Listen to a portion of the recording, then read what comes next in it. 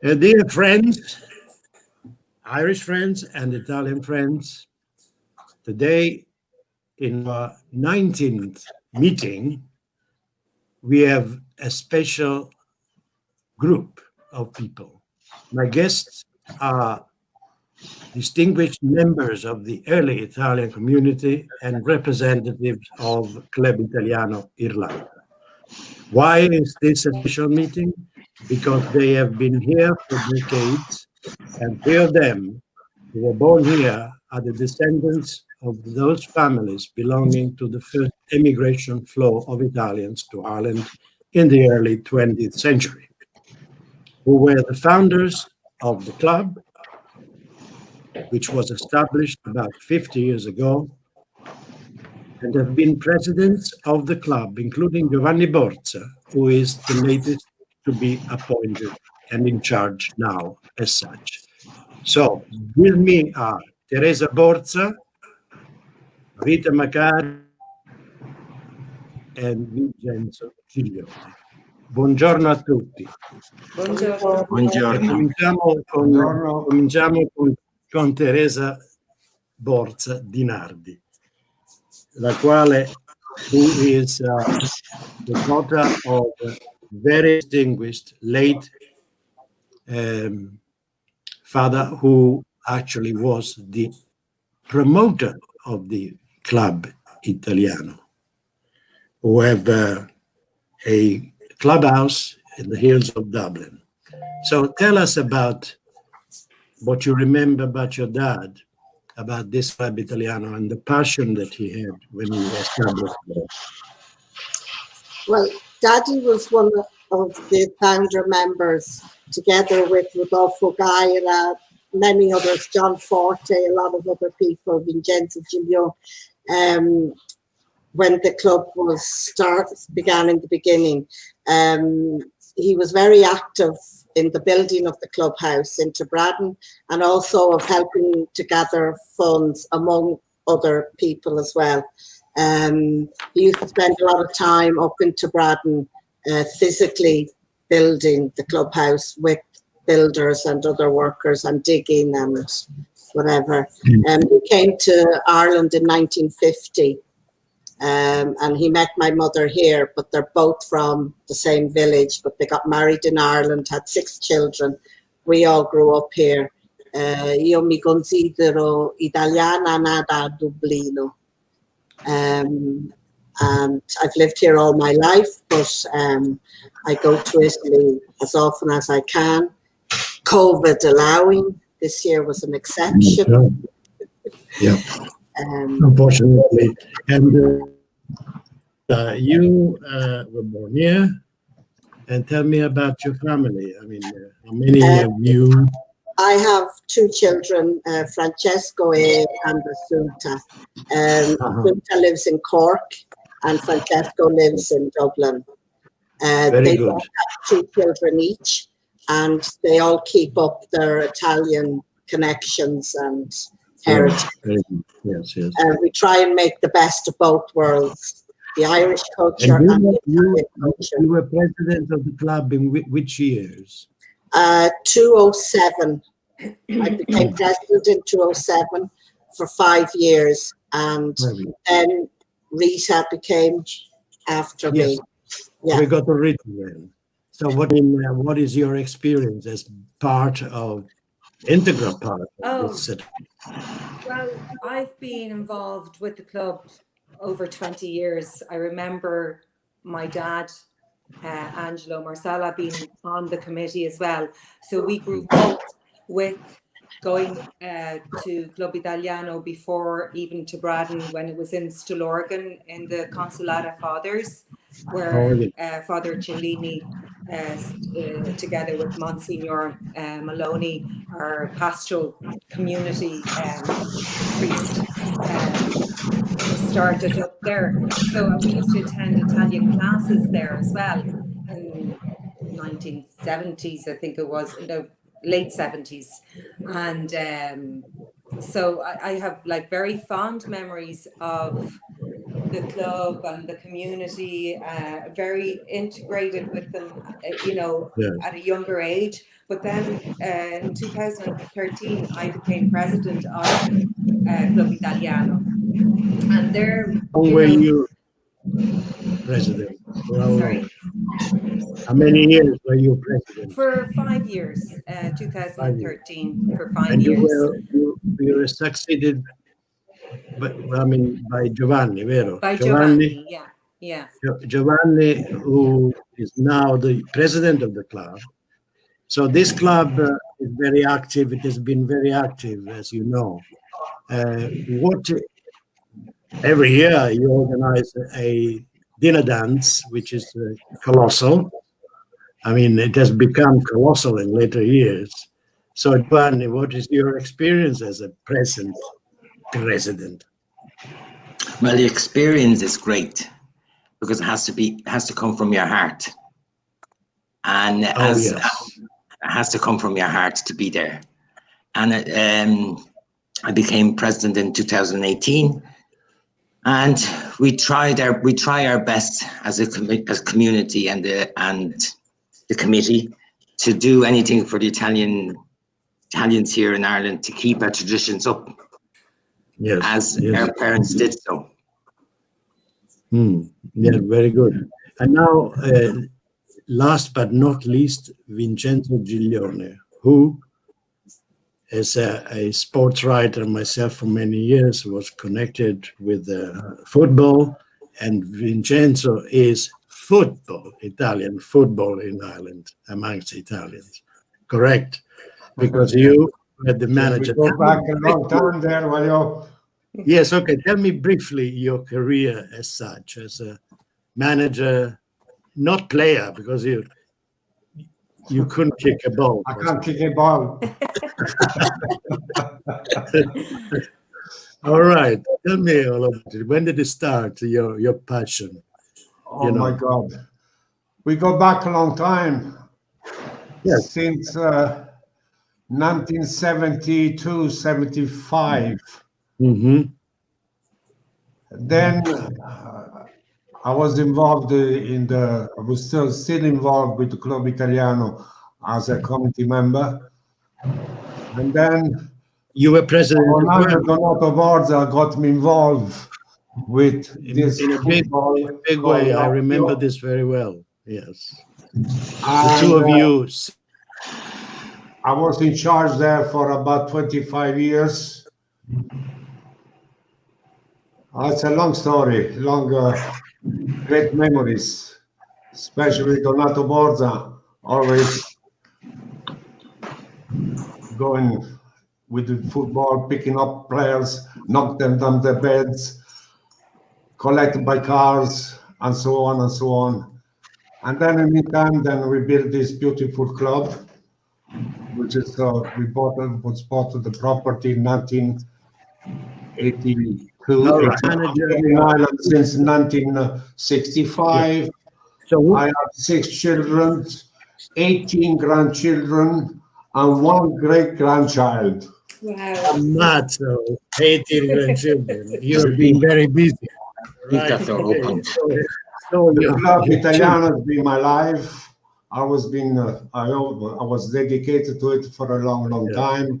I'm still. Yes, and you made sure that when the club was built, that there would be a football pitch, and it was your insistence.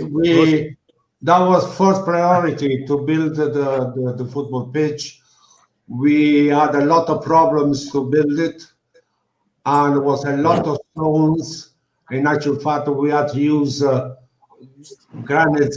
I would like you to summarize very briefly your involvement in football management. In other words, you managed a couple of teams, as far as I know. So you started with what? The Azzurri, Lazio, what? No, under the office of Club Italiano was the Lazio. In between, there were the Azzurri. I think was created by Silvio Borza, Mhm. or Marco Borza, I don't recall. I Yes, think it was yes, Silvio Borza. Teresa should be able to tell you better on that.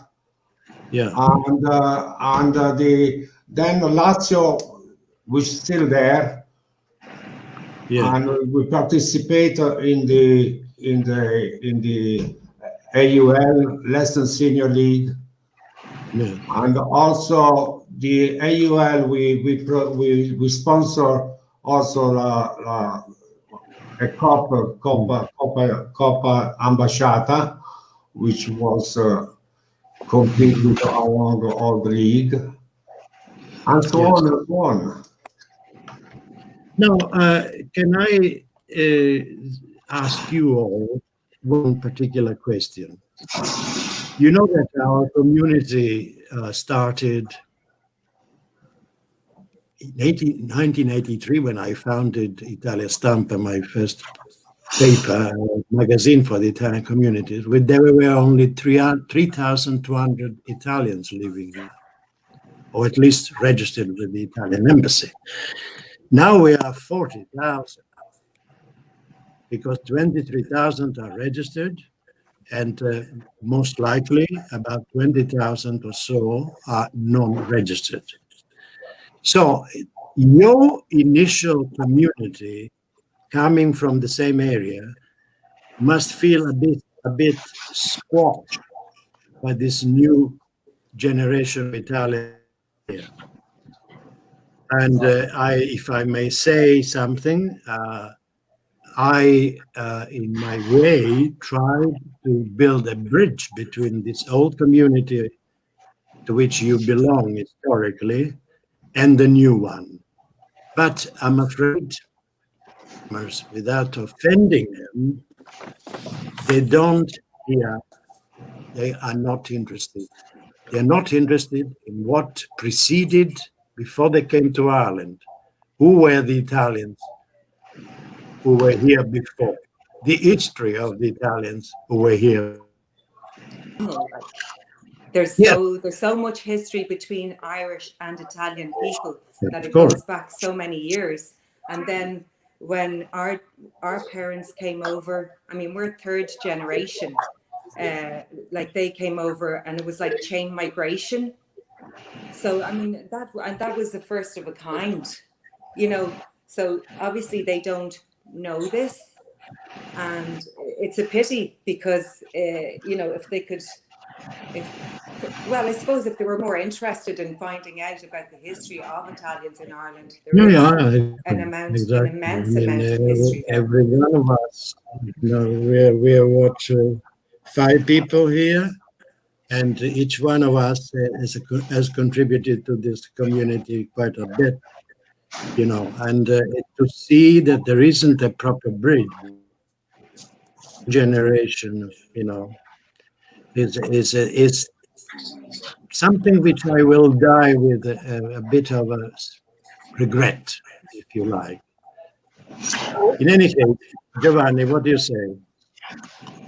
Well, it's the history that I remember as that my great grandparents, which were Rita's great grandparents too, came in Yes. Dublin in 1902 from Scotland. That they had moved in the 1880s, and my granny was born in Scotland, and then they Yes. moved to Ireland, and Yes, they've done our great beginning of grandfather the last century. Yeah, I mean the beginning of last centuries when you think of it, and that's history. That is was history. selling ice cream But I mean, in Dublin on a bike. yeah, right. Yeah, I mean, Teresa, yes? I think that what the new generation is probably missing, the new generation, meaning Mhm. the newcomers, Yes. Yeah. not from our community, is that our community were all from the same area. There was maybe closer. I find that the new Italians as such, they don't really mix with each other. They don't seem to have what we have with each other. They're individual, and if They just look after themselves. They don't mix very much. Now, I'm not saying all of them, because we have had a lot of them up to the clubhouse into Braddon. We've had the school children up. We've had some of the Italian teachers have run events into Braddon, and we try and involve everybody. To Braddon is open to all Italians and friends of Italy. Yes. And they have come up on some occasions and they have participated, but some of them don't really mix very much. Such a pity. It's such a pity, because they don't know what they're missing, and we welcome everybody with open arms. Like, I mean, the Italians that have connected with us have, like, they've so enjoyed it. They've been to the club, they've been to our gala ball, they've seen many events that we've done throughout the years. Seeing it is believing. Their children's Halloween. We've done so many things, and we have seen, we have met a lot of new Italians, but it's a shame that, it's not more connection. It's that closeness that we have always had with our community that just has made us, last so long, or, go so... Like, we help each other out if somebody's not well or something, there's more of a community spirit. I don't think that exists with what I call the Celtic Tiger Italians. Yeah. Even though our community is very integrated. Yeah. And very mixed as well, with Irish and... Well, in any case, let's leave this kind of sore, which for me it is, but we go to better talks. I mean, how have you coped with this pandemic? I mean, have you thought of doing something special? Because everybody now, has to communicate the way we are communicating today, for example, right? So have you anything planned to, I don't know. Well, I don't think we can plan anything by the way things are going. Because even though you try to plan something, you don't know what's going to come next. Yeah, there's the uncertainty, of course, of the situation. We don't know how to combine with it. We have to. We have to be an upgrade code, and you're going to obey the rules and regulation, distance, mask, and that's it. Until this vaccine comes in, that's the new normal. Not a big battle over the vaccine. So who has 70%, who 95%, and it's another. What about the bands of Italians in Italy who actually deny everything? They say that the virus doesn't exist. They say that the queues outside the cemetery in Bergamo were just put on. It's incredible how minds can work. And the only thing they got a fright on us. We are afraid. We are afraid of this so-called virus. We are optimized, and we are bamboozled by it. So am I. I think that those that don't believe that it exists and say that it doesn't exist should volunteer at the hospitals without protection gear, with no masks, and work in the COVID wards, because it doesn't exist. No, it's incredible, isn't it? I mean, China came from China. Now China, the virus gone. It's back to normality. I think there's a lot of politics involved. But they say, of course, it's some of these people say, of course, it's finished because they are dictatorial government there, and they are very regulations. And you know what has been my answer? For example, here we are where we are after level 3, because when the rules and regulations were relaxed a bit, They all party. Okay. Yeah. So partying, a contagion went rampant. And so then they had to introduce level 5.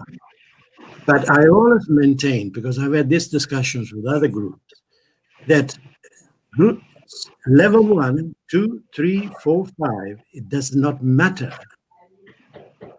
if the rules are not respected, and above all, if they are not policed.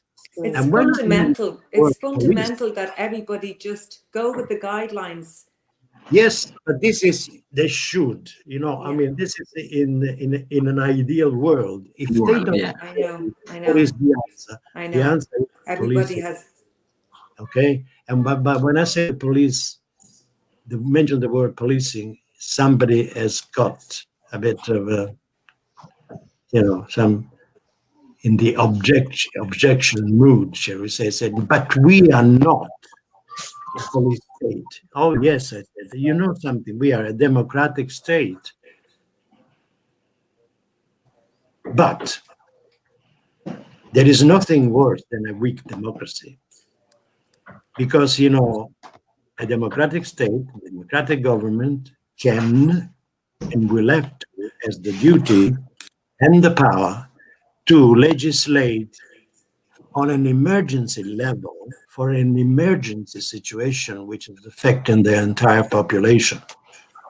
Yeah, I would take hands on the street if necessary, if what is at stake is the health of an entire nation. So that is my principle. So, and my fear is, I don't want to be pessimistic, but my fear is that with this opening up the gates a bit, or wide open for Christmas, that again and again there will be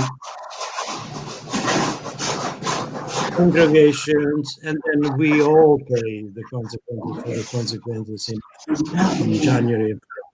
That is my fear. We hope this doesn't happen in any case. Let's talk about something more joyous than this now, because it's so. What is the next thing planned by the club? Although it's on a standstill at the moment, but That's a heartbreaking question. your dance. That's a very heartbreaking question for us that we're trying out. We have been doing great up to this pandemic, Yeah. and now we can't plan tomorrow because we don't know what's going to happen. Like New Year's Eve, for the past 4 or 5 years, we've been doing the New Year's Eve, and it was a great success. And that the closer it's getting, and the more my heart is breaking. But of course, I think we may look forward to the summer. We can't even organize our Look dress forward to dance. the summer and have everybody. We are allowed to do have a nothing. big picnic and barbecue, and we'll celebrate the end of COVID. Please God, On a please more God. positive note. yeah, We'll make right. up for it. We have reached 34 minutes, which is my limit. So what I can do for the moment is just thank you wholeheartedly for participating in it, and there will be possibly other occasions to meet again. One sunny day, the song says. Okay, well, thank you very much. Thank you. Concetto. Thank you very much. Thank you. Thank you. Thank you. See Bye. you guys. Bye. See you all. Un Ciao, grazie ciao. Concetto, sei grande, sei grande. Ah, sì, vedo Grazie, Concetto.